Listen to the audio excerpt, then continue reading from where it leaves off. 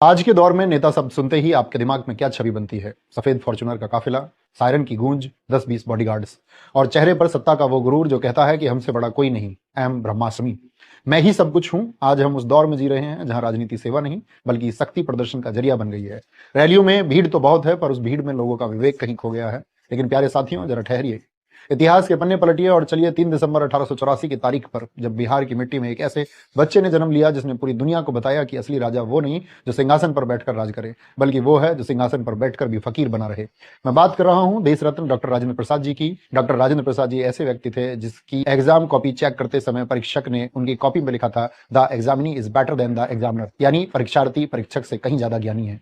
Doctor Rajendra Prasad ji इतने मेधावी और टैलेंटेड थे कि उन्होंने कलकत्ता यूनिवर्सिटी के एंट्रेंस एग्जाम में टॉप किया था, जिसके लिए उन्हें उस जमाने में 30 रुपए प्रति माह की स्कॉलरशिप मिलती थी। उन्होंने लॉ में मास्टर्स किया और वहां भी गोल्ड मेडल हासिल किया। पढ़ाई में तो उनका कोई मुकाबला नहीं था। वे चाहते तो अंग्रेजों की गुलामी करके करोड़ों कमा सकते थे, ऐसो आराम की जिंदगी जी सकते थे, लेकिन उन्होंने क्या चुना?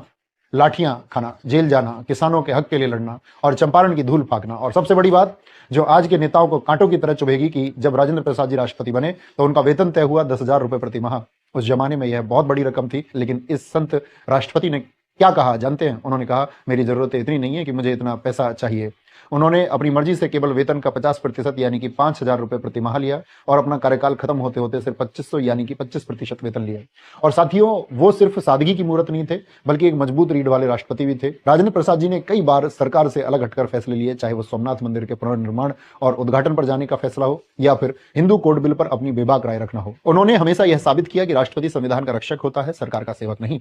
आज जब नेता शपथ लेते ही अपनी सुख सुविधाओं के बिल पास करवाते हैं, तब राजेंद्र प्रसाद जी की यह सादगी और निडरता किसी चमत्कार से कम नहीं लगती। पूरे 12 साल वो राष्ट्रपति भवन में रहे, जहां दुनिया भर की विलासिता, सुख सुविधाएं उनके कदमों में हो सकती थी, लेकिन फिर भी उन्होंने सादगी को चुना। जब वे रिटायर होकर निकले तो उनके पास ना कोई बंगला था, ना कोई महंगी गाड़ी थी। वो रिटायरमेंट के बाद सीधे पटना के सदाकत आश्रम गए। एक सीलन भरा कमरा, टूटी हुई खाट और फटे हुए मौजे, यही थी भारत के पहले राष्ट्रपति की कुल जमा पूंजी।